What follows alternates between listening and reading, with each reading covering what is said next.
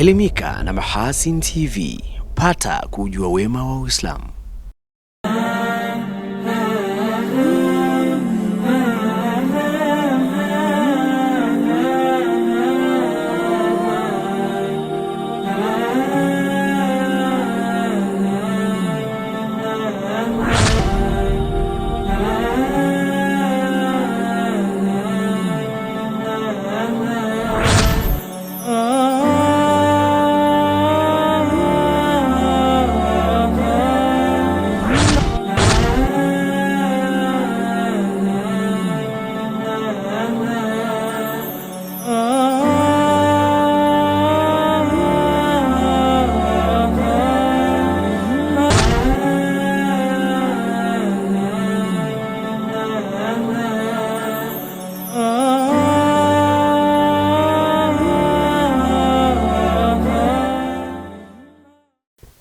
Assalamu alaikum wa rahmatullahi wa barakatuh. Ni yangu matumaini yumzima wa siha njema, mtazamaji wa Mahasin TV popote pale ulipo. Kama ilivyoada, siku kama leo wakati kama huu, kipindi wani ni jahazi la wiki, tuweze kuzitazama zile taarifa ambazo zimeshughulisha chumba cha habari ndani ya juma zima, kwa habari za kitaifa na kimataifa, bila ya kusahau yale ambayo makhatibu waliweza kuyakumbusha kutoka katika mimbari za misikiti mbalimbali, ambapo kamera za Mahasin TV ziliweza kufika ndani ya Ijumaa hii. Kukuongozea jahazi hili kwa siku ya leo itakuwa nami nahodha wako Rajab Shaaban Matuga. Nikwambie tu mtazamaji wa Mahasin TV, tulia, habarika.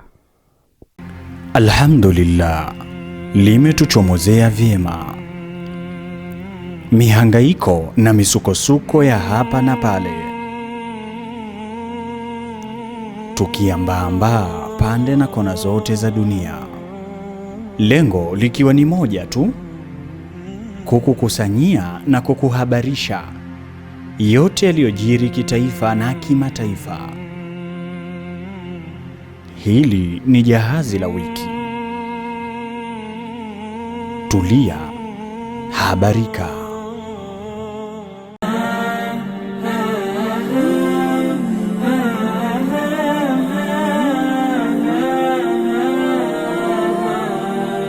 Naam, mtazamaji wa Mahasin TV, safari ya jahazi la wiki leo hii inaanzia makao makuu ya nchi mkoani Dodoma, tukiangazia taarifa ya tahadhari iliyotolewa na serikali kupitia kwa Waziri Mkuu wa Jamhuri ya Muungano wa Tanzania Dr. Mwigulu Lameck Nchemba, ambapo amewataka Watanzania kutunza akiba ya chakula walichonacho na kuepuka matumizi yasiyofaa kutokana na hali ya kuchelewa kwa msimu wa mvua.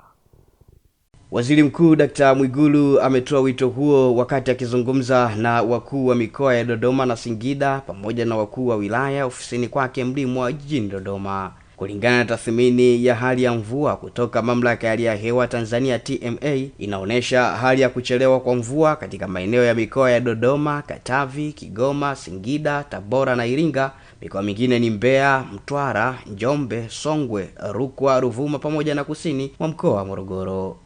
Pamoja na kuwa hakuna tishio la uhaba wa chakula kwa sasa, kama nchi tuna akiba ya ziada, tuna chakula cha kujitosheleza kama nchi, lakini ni vyema wananchi waendelee kuzingatia matumizi sahihi ya chakula, ikiwemo kuweka akiba na kuepuka matumizi yasiyofaa, kwa sababu tutadhalishwa kuhusu hali ya mvua kwamba hazitatosheleza, kwa hiyo huenda ikaathiri mavuno. Kwa ni vizuri tukaanza kuhifadhi akiba ya chakula tulionayo.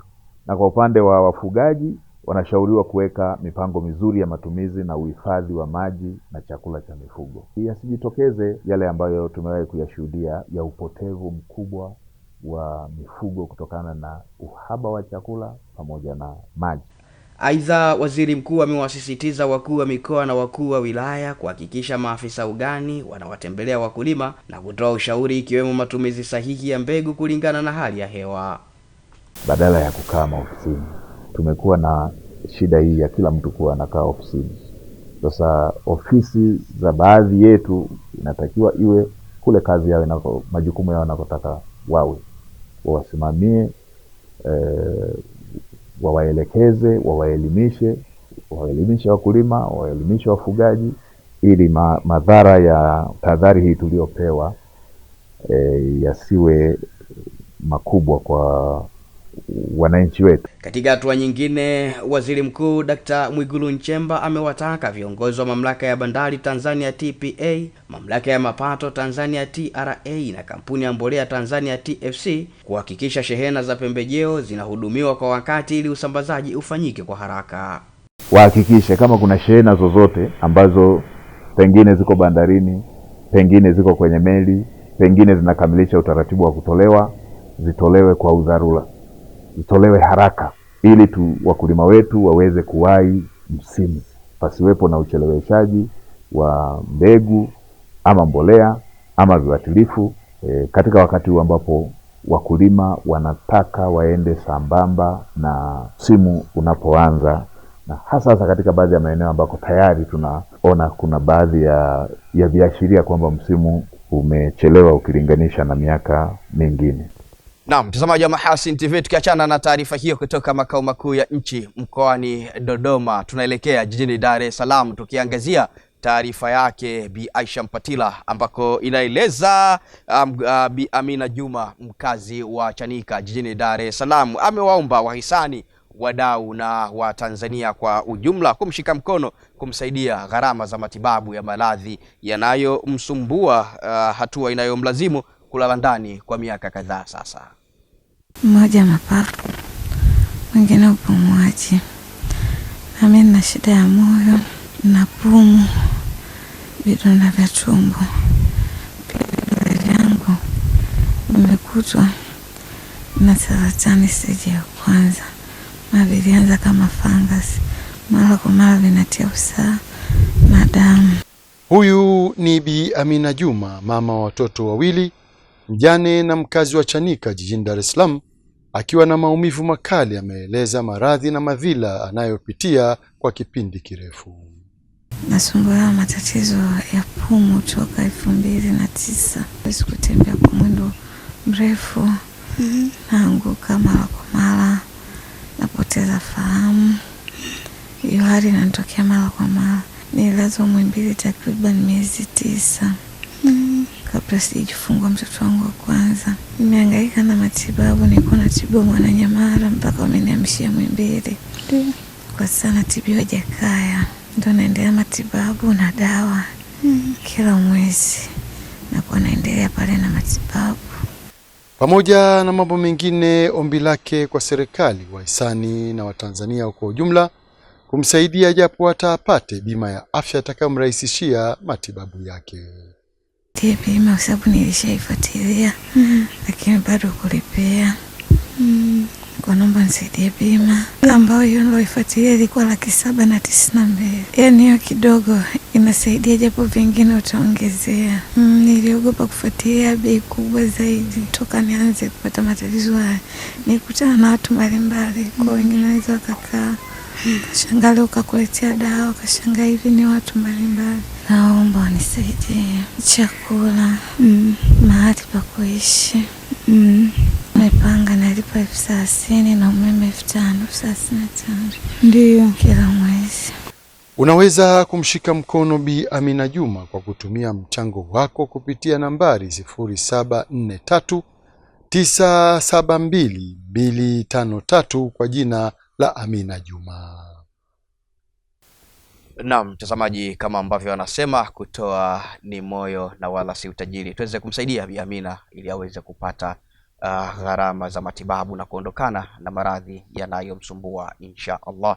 Mtazamaji, tunatoka jijini Dar es Salaam na tunarejea mkoani Mwanza moja kwa moja, tukielekea wilayani Ukerewe tukiangazia taarifa ya Jeshi la Polisi mkoani Mwanza limewataka wananchi kuachana na imani potofu, ikiwemo kuamini katika ushirikina ambao unaweza kuchochea mauaji, ukatili pamoja na matukio mengine ya jinai katika baadhi ya maeneo, hususan katika kisiwa cha Ukara wilayani Ukerewe mkoani hapa. Kauli hiyo imetolewa na kamanda wa jeshi la polisi mkoa wa Mwanza DCP Wilbord Mutafungwa katika mkutano wa hadhara na wakazi wa kata ya Bwisi ya wilayani Ukerewe uliolenga kutoa elimu ya usalama na kuhimiza kutunza amani. Akizungumza kwenye mkutano huo uliowakutanisha viongozi wa serikali, dini na wananchi, DCP Mutafungwa amesema jukumu la kudumisha amani ni la kila mmoja, hivyo anapaswa kushiriki kikamilifu kukemea vitendo vya uvunjifu wa amani vinavyofanywa na watu wanaojiita wataalamu wa uchawi maarufu kama kamchape. Nasema hao kamchape wenu hao yalikuwa ni makubaliano batili, hayana uhalali mbele ya macho ya kisheria. Hamwezi kukubaliana kwenda kufanya makosa au kwenda kufanya uhalifu alafu mkasema eti mlikubaliana. Kwa mamlaka ipi? Wewe ni mahakama? Vile vitendo vyote vya ng'ombe zile wanazochukua vile, pesa 300,000, kuku sijui wanazochukua sijui nini, hela zote zile, huo wote ule ni wizi. Aidha, kamanda Mutafungwa amesema watu 21 wanashikiliwa na jeshi la polisi wakihusishwa na vitendo hivyo vya kihalifu na uchunguzi dhidi yao unaendelea. Utakapokamilika watafikishwa kwenye vyombo vya kisheria. Wanaosaidia kamchape na kamchape katika tarafa ya Ukara wako 21 mpaka sasa. Wataendelea kukamatwa mpaka waishe, na wataendelea kukamatwa na kufikishwa katika mahakama ili wapate adabu. Tutawatafuta usiku wa manane, mvua, jua, na tutawakamata tu. Nenda muambie kama kuna mtu anajielewa, kamchape aanze kutafuta namna ya kujisalimisha kituo cha polisi.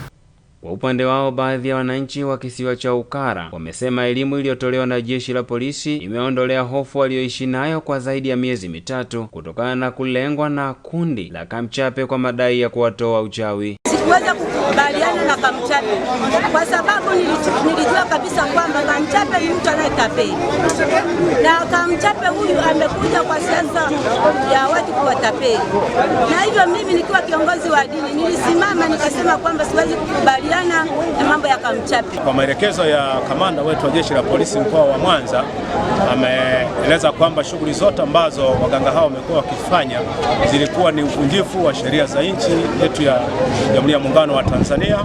Furaha yetu ni kubwa sana kuona serikali yetu inachukua hatua za makusudi ili kuhakikisha kwamba wananchi wanakuwa salama. Naam, mtazamaji wa Mahasin TV, tunaendelea kusalia mkoani Mwanza tukitoka wilayani Ukerewe na sasa ni jijini Mwanza wilayani Nyamagana.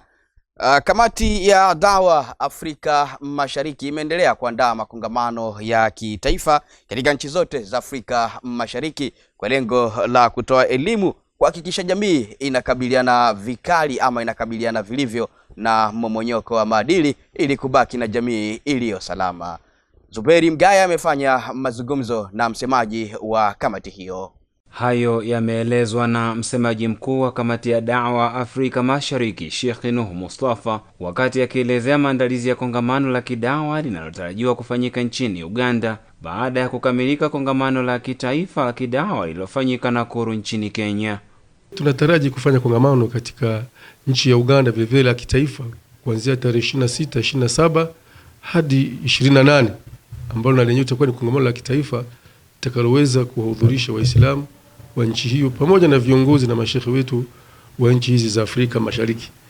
Lakini baadaye tukitaraji sasa, baada hapa mwezi wa pili au wa tatu, tunaweza kuwa na kikao ili kuendeleza ni kongamano la Afrika Mashariki litaendelea kufanyika wapi. Kwa hiyo kikao chetu cha mwezi wa tatu au wa pili, kulingana na kiongozi wetu mkuu atakavyokuwa amepanga, tunaweza kupanga ni wapi kongamano litafanyika ili kuweza kuboresha zaidi. Aidha, Sheikh Nuh Mustafa ameelezea lengo kubwa la kuendelea kuandaa na kufanya makongamano mbalimbali, ikiwemo kuandaa jamii yenye elimu na malezi bora ya dini ya Kiislamu. Malengo ya makongamano haya ni kuwarejesha, kuwaleta Waislamu pamoja, kuimarisha nguvu ya Waislamu kufahamiana, kuijua dini, kwa sababu ukiangalia makongamano haya yamekuwa kikusanya watu na kuwapa mafundisho kwa muda mfupi kutoka kwa mashehe zetu, kama pale Kenya ilivyokuwa mashehe zetu Allah wahifadhi wameweza kutoa elimu nzuri na kubwa kwa muda mchache. Hivyo hivyo kwa Uganda, lakini vile vile kuwahimiza Waislamu kusimama vizuri katika kuishi katika nchi zao kwa amani, vile vile kufanya kazi. Haya yote yamekuja yakiweza kuwaimarisha Waislamu kule wanapokuwa wametokea. Katika hatua nyingine, Sheikh Nuh Mustafa ametaja mafanikio yaliyopatikana kupitia makongamano hayo na kuwataka Waislamu kuendelea kujitokeza kwa wingi kwa ajili ya kupata maarifa na ujuzi kutoka kwa wahadhiri mbalimbali wa dini ya Kiislamu. Makongamano ya Afrika Mashariki tangia tulivyoanza 2014 yameweza kuwa yanapanuka zaidi na kuwaleta Waislamu pamoja, wakiongezeka mwaka hadi mwaka. Na tutaraji na kongamano la mwaka kesho litakapofanyika katika nchi zetu, huenda wakawa ni wengi zaidi kulingana na mwitikio ambao umekuwepo katika Waislamu wa Afrika Mashariki. Na wahusia Waislamu pale ambapo patakuwa pametangazwa rasmi kongamano la Afrika Mashariki na kamati husika ambayo inataraji kufanyika, basi wajikusanye kama walivyoweza kuwa pamoja katika kongamano la hapa Mwanza ambalo lilikuwa ni kubwa sana la kihistoria. Asante sana Zuberi Mgaya kwa undani wa taarifa hiyo. Mtazamaji, kwa taarifa yake Zuberi Mgaya kutoka hapa jijini Mwanza, kunatupa fursa ya jahazi la wiki kuvuka maji hadi visiwa vya marashi ya karafuu na uchumi wa buluu, tukiangazia taarifa inayosema Wizara ya Afya Zanzibar kupitia taasisi ya utafiti wa afya Zanzibar Zahiri imetiliana saini hati ya makubaliano ya ushirikiano na taasisi mbili kutoka nchini China, kituo cha utafiti cha Chinese Medical Development na Nanjing University of Chinese Medicine juu ya mahusiano ya kuimarisha masuala ya tiba asili. Kusainiwa kwa makubaliano hayo kutasaidia kuimarisha masuala mazima ya tiba asili katika nyanja tofauti, ikiwemo kuwajengea uwezo wafanyakazi pamoja na kubadilishana uzoefu baina ya wataalamu wa hapa nchini na wa nchini China.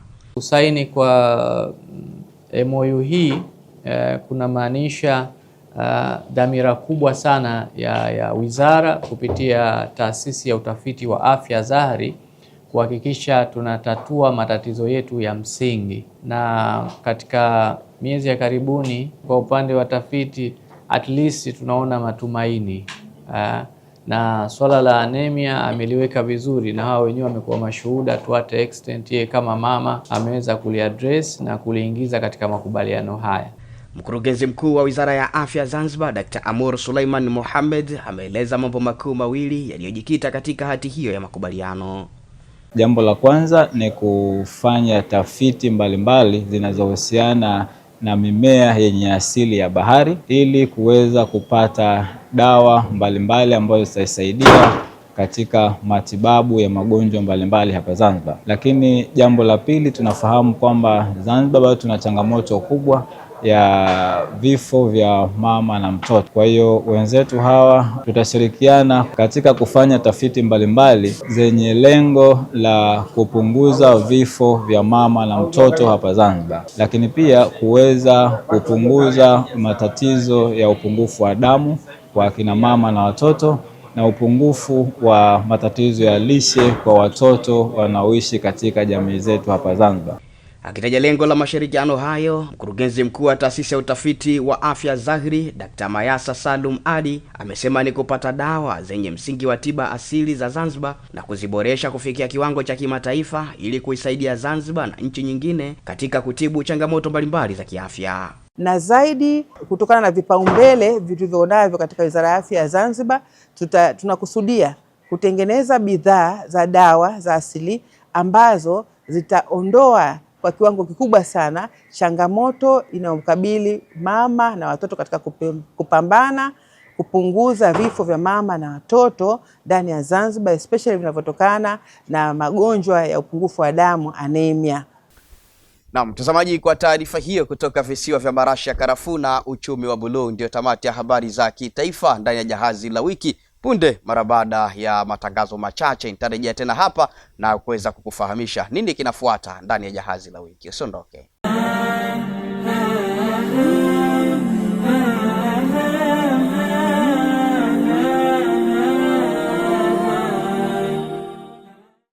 Asante sana mtazamaji kwa kuendelea kwa nami ndani ya jahazi la wiki, na shukrani sana kwa kuendelea kuichagua Mahasin TV, pata kujua wema wa Uislamu. Na sasa mtazamaji, ni wakati wa kufahamu walau kwa uchache yale ambayo makhatibu wameweza kuyakumbusha kutoka katika mimbari za misikiti mbalimbali ambapo kamera za Mahasin TV ziliweza kufika ndani ya Ijumaa hii.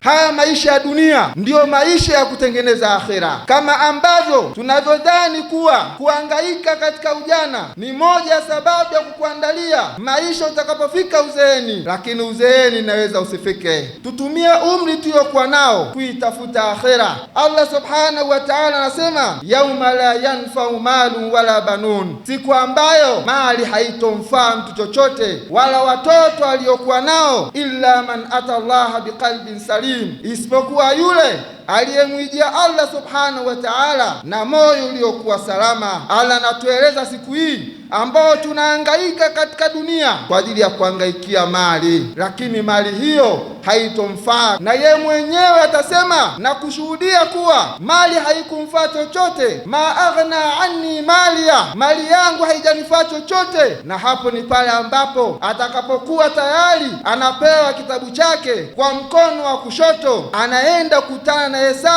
hesabu ambayo ni ngumu. Japokuwa Allah subhanahu wa ta'ala anatutaka sisi tufanye matendo mema, qul i'malu fasayara Allahu 'amalakum wa rasuluhu wal mu'minun. Anaelezwa Mtume Muhammad sallallahu alayhi wa alihi wasallam, waambie wafuasi wako wafanye matendo yaliyokuwa mema. Matendo mema hayo Allah anayaona na atakulipeni kwa matendo hayo, lakini kuna kitu kinachoitwa alwajalu min adami qabuli al-amal, kutokukubaliwa matendo. Na tabia hii walisifika nayo wanafunzi wa Mtume sallallahu alaihi wasallam. Hawaridhiki na hizi ibada wanazozifanya za kila siku, hawaoni kwamba wamemaliza sasa wabweteke wakae wastarehe. La, kuna kitu kinachoitwa adamu qabuli al-amal, kutokukubaliwa matendo. Umejiandaa vipi Muislamu na kitu hiki muhimu katika maisha yetu ya kila siku? Pamoja na kwamba tunaelekea kufanya matendo mazuri, kitu hiki nacho ni muhimu kuwa nacho, kwamba kuna kuswali lakini swala hii isikubariki, kuna kutoa sadaqa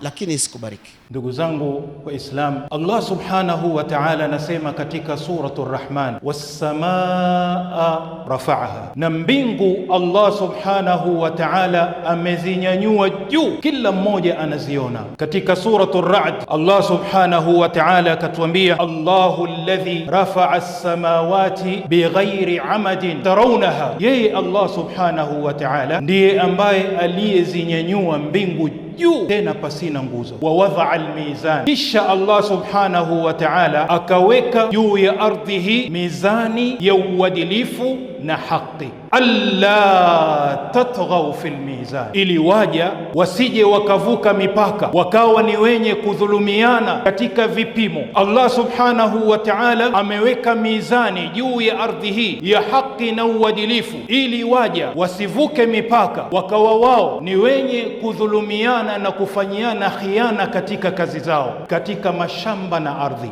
katika maneno na vile vile heshima zao. Mtu kuifanyia tathmini nafsi yake, hii ni njia ya kuokoka na matatizo ya hapa duniani, lakini pia kuokoka na matatizo ya kaburini na kuokoka na matatizo ya kesho akhera. Na ndivyo anavyotakiwa Muislamu awe ni mwenye kujifanyia tathmini yanayohusiana na matendo yake, na akifanya hivyo, hii ni njia ya kuokoka na adhabu ya Allah subhanahu wa ta'ala. Ndugu zangu katika iman, kuifanyia muhasaba nafsi, jambo hili ameliamrisha Allah subhanahu wa ta'ala, lakini vile vile ameliamrisha Mtume sallallahu alaihi wasallam kwamba kila Muislamu anatakiwa kujifanyia tathmini kunako na matendo yake, kunako na ibada zake, kunako na mambo ya kheri, kunako na maovu na makosa, ajifanyie tathmini. Allah subhanahu wa ta'ala anasema, ya ayyuhalladhina amanu taqullaha waltanzur nafsum ma qaddamat lighad wattaqullaha inna Allaha khabirun bima ta'malun, enyi ambao mmeamini mcheni Allah subhanahu wa ta'ala na iangalie nafsi imetanguliza nini kwa ajili ya kesho.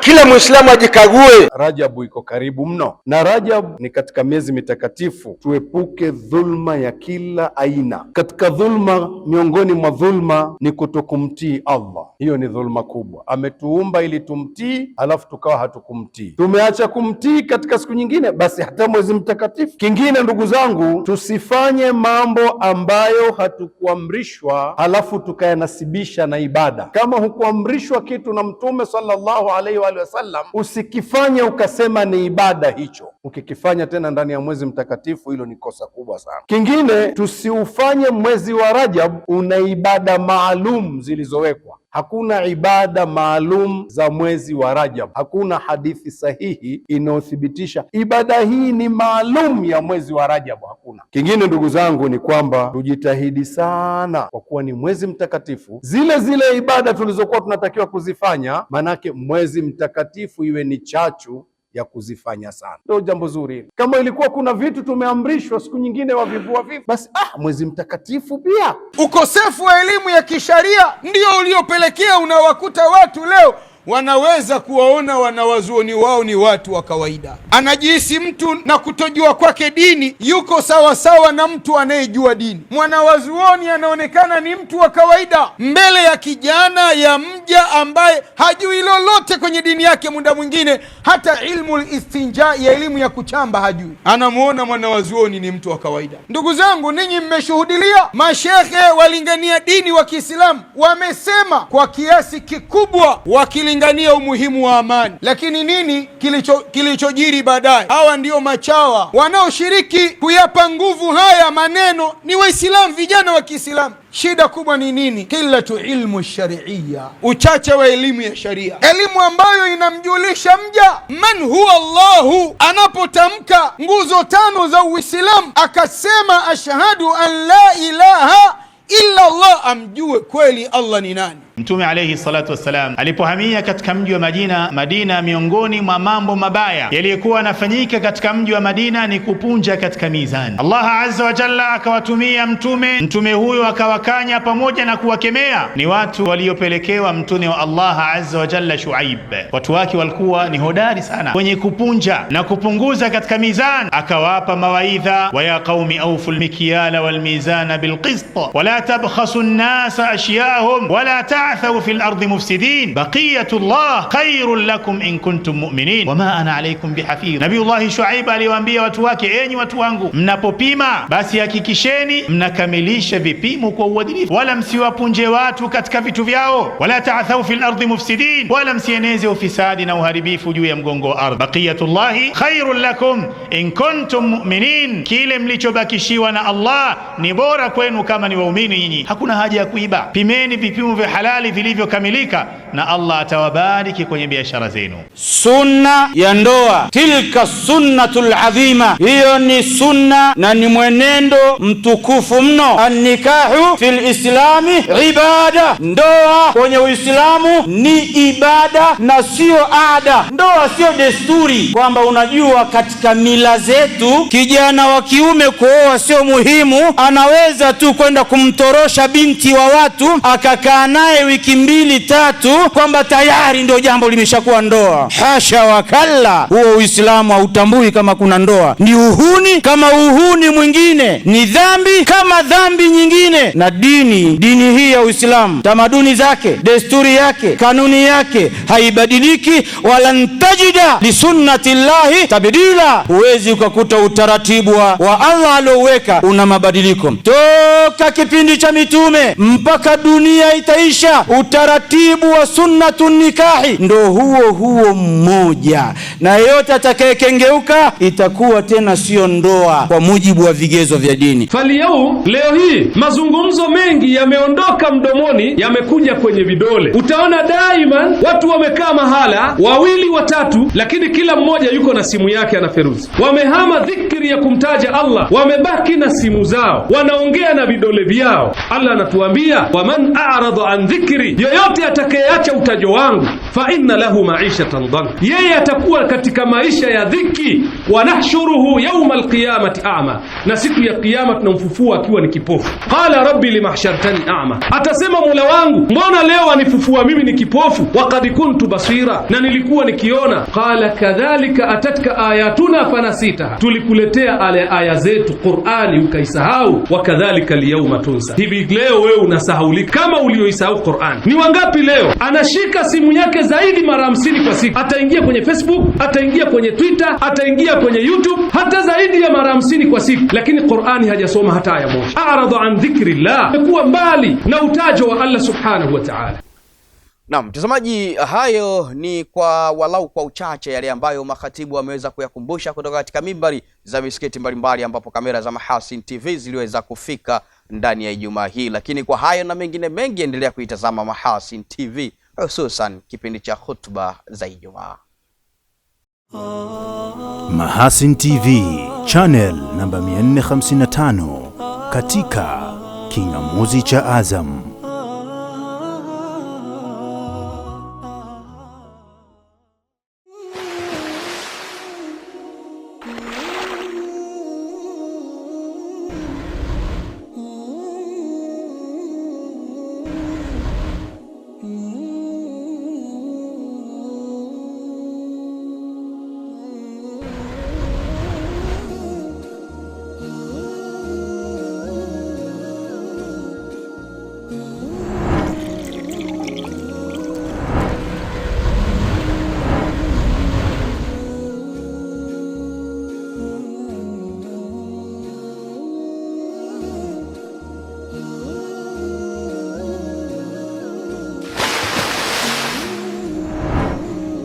Kunywa maji safi na salama ya uhai.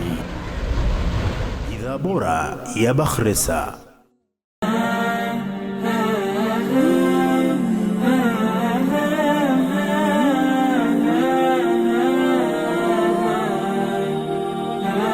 Naam, mtazamaji wa Mahasin TV, ikiwa ndo kwanza unafungua runinga yako, kipindi hewani ni Jahazi la Wiki, na sasa ni wakati wa kufahamu yale ambayo tuliweza kuyatazama kwa upande wa habari nje ya mipaka ya Tanzania. Karibu kwa upande wa habari za kimataifa. Wizara ya mambo ya ndani ya Morocco Disemba 16, 2025 imetangaza kuwa mafuriko yaliyosababishwa na mvua kubwa yamesababisha vifo vya takriban watu 37 katika mji wa pwani wa Safi nchini humo. Mamlaka za Morocco zimearifu kuwa mvua kubwa iliyonyesha usiku kucha na kusababisha mafuriko imesomba takribani nyumba 70 na kuharibu biashara na kusomba magari 10. Mji huo wenye wakazi zaidi ya 300,000 ni makazi ya kiwanda kikubwa cha usindikaji wa fosfati, huku video zilizosambazwa kwenye mitandao ya kijamii zinaonesha magari yakiwa yamekwama katika madimbu ya maji, huku mitaa ya mji wa Safi ikiwa imefurika kwa maji. Inaelezwa kuwa mabadiliko ya tabia ya nchi yamesababisha mifumo ya hali ya hewa nchini Morocco kuwa migumu kutabirika, ambapo mafuriko yameripotiwa kuiathiri Morocco wiki hii baada ya watu 22 kupoteza maisha baada ya majengo mawili kuporomoka katikati mwa Fez nchini humo. Kwingineko, takriban watu 12 wameuawa na wengine 3 kutekwa nyara baada ya watu wenye silaha kushambulia eneo la uchimbaji madini katika kituo cha Atoso katika jimbo la Plateau nchini Nigeria. Daliop Solomon Mwantiri, kiongozi wa kundi la kiraia anayeongoza jumuiya ya vijana ya Berom Molders Association BYM, ameeleza kuwa wavamizi ambao wametajwa na wenyeji kuwa ni wanamgambo wa kabila la Fulani wamefanya hujuma hiyo Disemba 16, 2025 na kusababisha watu wengine 5 kulazwa hospitalini kutokana na majeraha ya risasi. Shambulio hilo limedhihirisha ukosefu wa usalama unaoendelea katika jimbo la Plateau nchini Nigeria, eneo lenye hali tete kaskazini kati ya nchi hiyo, ambapo mizozo ya kikabila na kidini kwa muda mrefu sasa imekuwa ikichochea mapigano makali kati ya wakulima na wafugaji. Hali ya ukosefu wa usalama inaendelea kulitatiza jimbo la Plateau nchini Nigeria, licha ya serikali kuahidi mara kwa mara kurejesha amani jimboni humo. Nuhu Stima, Mahasin TV.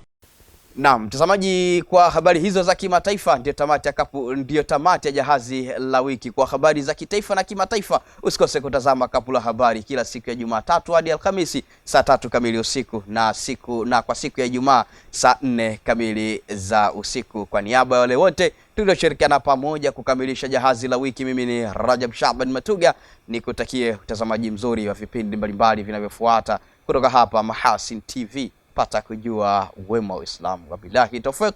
Wassalamu alaikum wa rahmatullahi wa barakatuh. Asanteni na kwaherini kwa sasa.